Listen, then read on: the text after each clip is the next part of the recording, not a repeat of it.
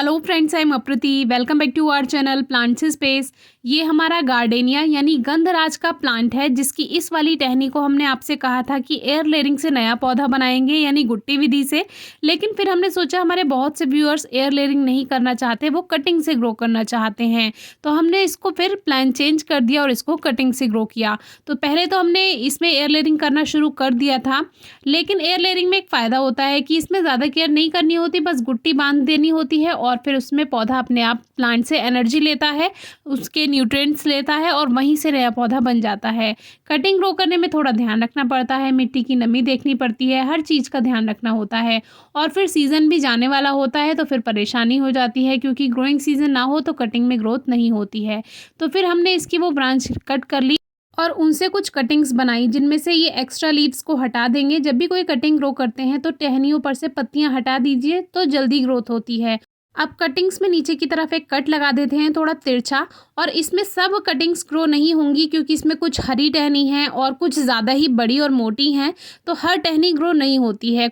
लेकिन फिर भी हम सभी लगा देते हैं। तो ये जो कटिंग थी ये हमने लगाई थी 27 अगस्त को, और ऐसे ही जो दूसरे पॉट्स होते हैं दूसरे प्लांट्स के, उसी में ही लगा दी थी। कोई स्पेशल हमने इसके लिए पॉटिंग मिक्स तैयार नहीं किया था। अब ये जो हरी वाली होती हैं ये नहीं चलती हैं, क्योंकि ये हार्डवुड नहीं है, ये हल्की कच्ची टहनी होती हैं जो थोड़े टाइम बाद अपने आप सूख जाती हैं। फिर भी हम लगा देते हैं, क्योंकि कोई कोई प्लांट जो है जैसे हिबिस्कस है उसमें इस तरह की छोटी कटिंग्स चल जाती हैं, तो इसीलिए हमने सभी को इस तरह से एक साथ लगा दिया। तो एक पॉट में हमने ये 3 लगा दी थी और एक दूसरा पॉट इसके बराबर में रखा था, उसमें भी हमने 2 कटिंग्स लगा दी थी।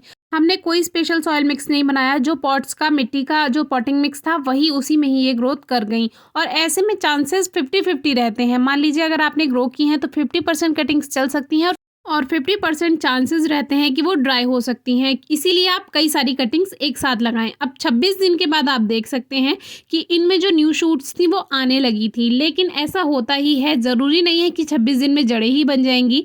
लेकिन आज 45 दिन हो चुके थे और वैसे तो मौसम जा रहा है, अब इनको बाहर निकालना नहीं चाहिए, लेकिन फिर हमने सोचा कि हमारे व्यूअर्स को तो रिजल्ट दिखाना बनता है, तो आज हमने इस कटिंग को बाहर निकालने का सोचा। और देखिए साथ में जो छोटी छोटी कटिंग्स लगा दी थी वो ड्राई हो गई हैं, क्योंकि वो हरी थी इसलिए उनको चलना नहीं था, वो तो सूखी जानी थी, फिर भी हमने लगा दिया था।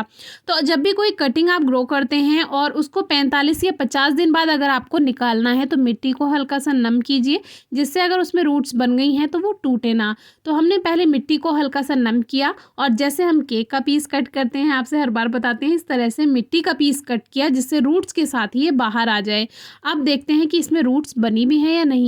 तो इसमें रूट्स बन चुकी हैं, जो कि बहुत ही ज़्यादा अच्छा लगा देखकर, क्योंकि गार्डेनिया की कटिंग नॉर्मली कोई ग्रो नहीं करना चाहता, क्योंकि इसकी कटिंग शुरू में ग्रो हो जाती है और फिर वो धीरे धीरे सूख जाती है। लेकिन इसमें जो दूसरी वैरायटी आती है जिसकी पत्तियाँ पैरेट ग्रीन कलर की यानी लाइट ग्रीन कलर की रहती हैं, वो वैरायटी हमारे यहाँ नहीं चलती है। वो तैयार होके ही नर्सरी में प्लांट्स आते हैं बाहर से, यानी महाराष्ट्र की साइड से, पुणे से और जो साउथ के साइड से प्लांट्स वो बनकर ही आते हैं वो वैरायटी। और ये जो वैरायटी है ये ताहिती वैरायटी है, जिसकी पत्तियाँ बड़ी चौड़ी और हरी होती हैं। फूल देखने में बिल्कुल वैसा ही होता है, बस पंखुड़ियाँ फूलों की थोड़ी कम होती हैं। इसमें खुशबू बिल्कुल सेम गंधराज जैसी ही होती है। गंधराज की भी बहुत सारी वैरायटी हैं, वो अलग बात है कि नर्सरी में आपको कौन सी वैरायटी मिलती है। तो देखिए इसमें न्यू शूट्स आ गई और न्यू लीव्स भी बन गई और इसमें जड़ें भी बन गई। तो अब हमने इसका पॉटिंग मिक्स तैयार किया, जिसके लिए हमने इसमें आधी मिट्टी आधा खाद का मिक्सचर बना करके इस थर्मोपॉट में भर दिया। क्योंकि आने वाला जो मौसम है वो गंधराज की ग्रोथ करने का नहीं है और बार बार हम इसमें फर्टिलाइजर ऐड नहीं करेंगे, तो इसमें हमने ये पॉटिंग मिक्स बना के ये प्लांट ऐसा का ऐसा इसमें शिफ्ट कर दिया। अब इसको हम 4-5 दिन धूप में नहीं रखेंगे और फिर कुछ दिन सेमी शेड में रखेंगे जहाँ हल्की फुल्की धूप आए, और फिर इसको डायरेक्ट सनलाइट में शिफ्ट कर सकते हैं।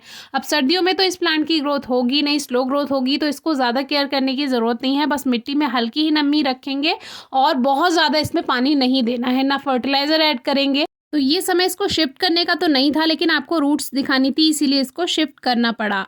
अब जो दूसरे पॉट में 3 कटिंग लगाई थी उनमें एक तो हरी थी, वो तो सूखी जानी थी, और बाकी की जो 2 कटिंग हैं उसमें अभी थोड़ा थोड़ा ग्रोथ है। लेकिन देखते हैं अभी मौसम जा रहा है उसमें ग्रोथ हो पाती है या नहीं, क्योंकि ये गुलदाउदी के पौधों से ये प्लांट्स छुप गए थे। जो कटिंग हमने ग्रो की थी वो छुप गई थी, तो इनको प्रॉपर सनलाइट नहीं मिल पाई और इसी वजह से एक कटिंग तो इसमें सूखी जानी थी, बाकी 2 अभी हरी हैं। तो ये था गार्डेनिया यानी गंधराज का 45 दिन का रिजल्ट। रूट्स बहुत अच्छी बनी है। आपको वीडियो कैसी लगी ज़रूर बताइए, कोई क्वेरी हो तो पूछिएगा। Thank you.